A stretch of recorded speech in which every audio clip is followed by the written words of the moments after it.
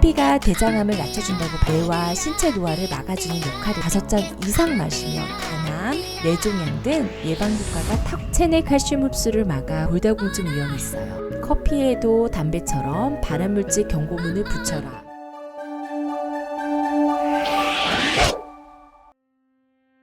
안녕하세요. 건강 대기업입니다. 요즘은 거리를 걷다 보면 한 집 건너 커피숍이라는 이야기가 과언이 아니죠. 지난해 1인 커피 소비량 512잔. 와, 정말 대단하죠? 한국인이 밥과 김치보다 많이 먹는다는 커피. 연령 구분 없이 다양한 사람들이 즐기는 하나의 문화가 되었죠. 그렇지만 커피가 건강에 어떤 영향을 미치는지에 대해서는 관심이 적은 것 같습니다. 매일 한두 잔씩 찾게 되는 친구 같은 커피. 과연 당신에게 약일까 독일까? 오늘 제대로 짚어드릴게요. 건강 대기업만 믿으세요.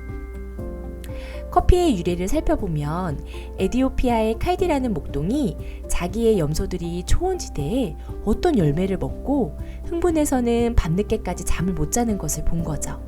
그래서 자신도 따먹어 봤더니 머리가 맑아지고 피로감이 사라지는 것을 보고 이슬람 사제들에게 이 사실을 알리게 되었다고 해요.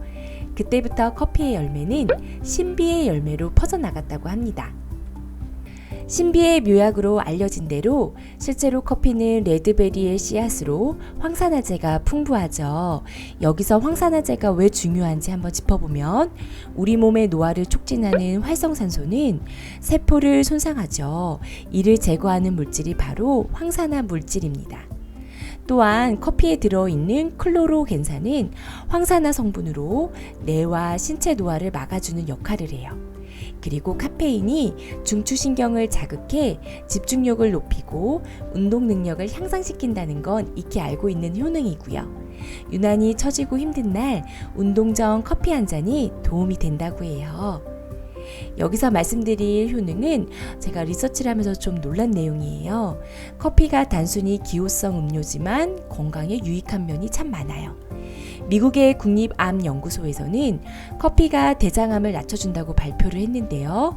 에스프레소, 디카페인, 인스턴트 종류에 상관없이 대장암 효과가 있었다고 하는데 커피의 카페인의 효과라고 보기보다는 이건 커피콩 자체 효능으로 봐야 되겠죠? 여기서 흥미로운 건 3잔에서 5잔 이상 마시면 대장암 발병이 50% 가까이 줄었다는 사실입니다. 많이 마실수록 효과가 뛰어나다라고 볼 수 있어요. 또한 간암, 자궁내망암, 뇌종양 등 예방 효과가 탁월하다고 하는데 커피 속에 들어있는 폴리페놀의 일종인 황산화 물질 클로로겐산이 체내 염증을 줄여주기 때문으로 보입니다.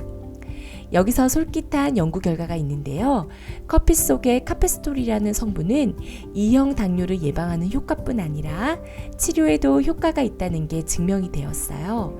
그런데 이 성분이 커피를 내릴 때 필터로 대부분 걸러지기 때문에 당뇨를 앓으시는 분들은 드립커피로 드시기를 추천합니다.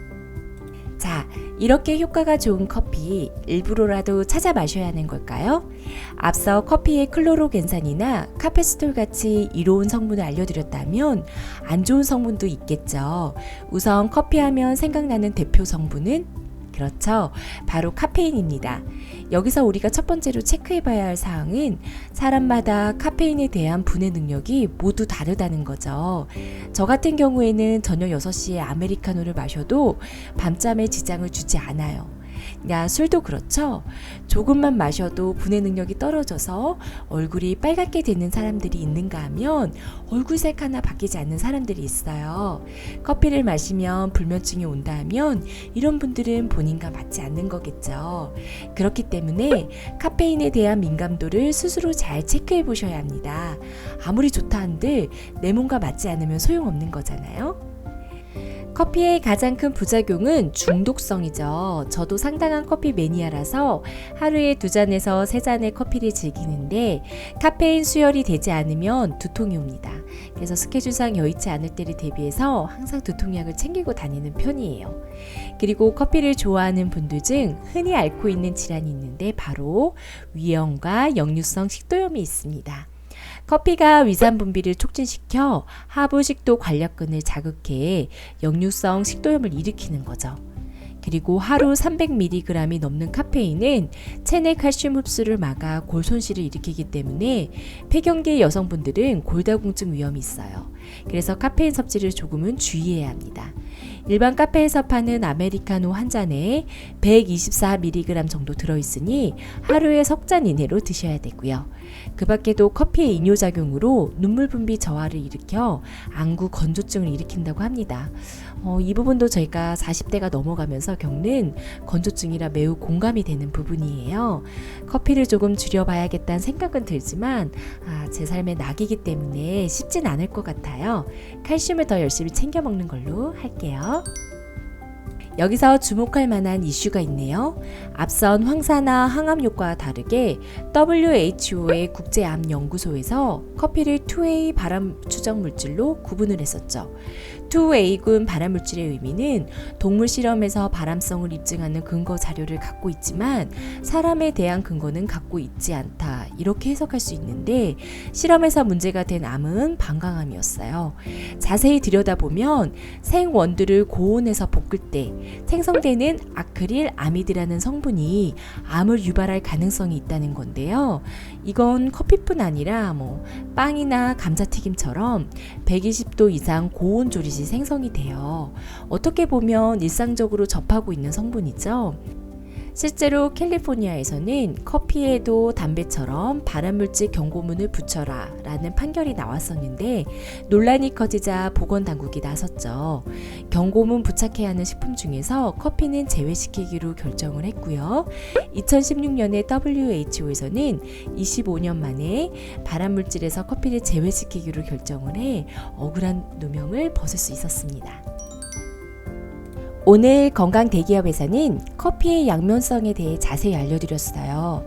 과유불급이라고 적당히 마시면 좋지만 필요 이상으로 마시면 해롭다 라고 볼 수 있겠네요. 우리 몸의 면역력은 체온이 높을수록 올라가지만 이뇨작용을 촉진시키는 커피는 아무래도 몸을 차갑게 하는 성질이 있겠죠.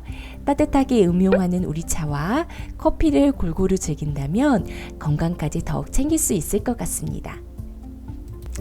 앞으로 건강대기업은 우후죽순처럼 퍼져 있는 건강 정보를 검증하여 신뢰성 있게 전달할 예정입니다. 나를 사랑하는 첫걸음, 건강과 행복을 구독하세요. 이 영상이 도움이 되셨다면 아래 좋아요와 구독하기 버튼을 눌러주세요. 좋은 하루 되세요.